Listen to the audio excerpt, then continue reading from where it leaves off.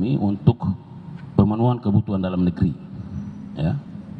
Dengan tujuan PT Pertamina diwajibkan untuk mencari minyak yang diproduksi dalam negeri untuk memenuhi kebutuhan dalam negeri dan kontraktor-kontrak kerjasama atau KKKS swasta diwajibkan untuk menawarkan minyak bagian KKKS swasta kepada PT Pertamina. Nah, itu tadi pertanyaannya, ya.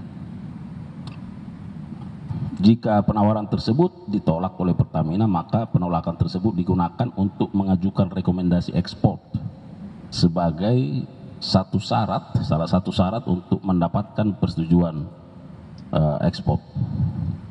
Bahwa dalam pelaksanaannya KKKS swasta dan Pertamina dalam hal ini ISC dan atau PT KPI berusaha untuk menghindari kesepakatan pada waktu penawaran yang dilakukan dengan berbagai cara.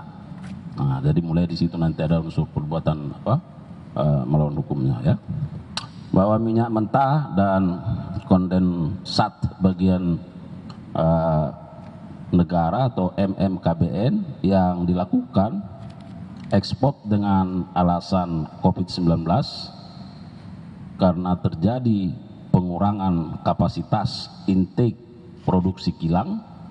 Namun pada waktu yang sama PT Pertamina malah melakukan impor minyak mentah untuk memenuhi intake produksi kilang, ya.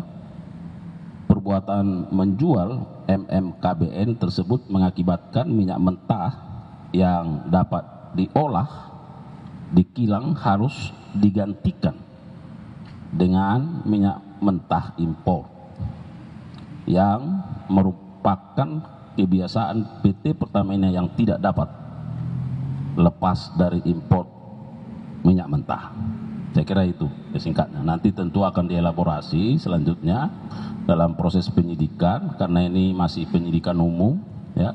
Dan penggeledahan ini merupakan salah satu langkah tindakan yang dilakukan oleh penyidik dalam rangka membuat terang tindak pidana itu. Baik. Ya, ini masih penyidikan umum, itu yang disebutkan ya, tadi. Baru saja Kejaksaan Agung melakukan penggeledahan di kantor Direktorat Jenderal Minyak di Ditjen Migas Kementerian SDM, dan tadi sudah diutarakan hasilnya. Penggeledahan dilakukan di kantor Ditjen Migas SDM di kawasan Kuningan, Jakarta. Terkait dengan penggeledahan, tadi sudah disebutkan ada 5 dus dokumen.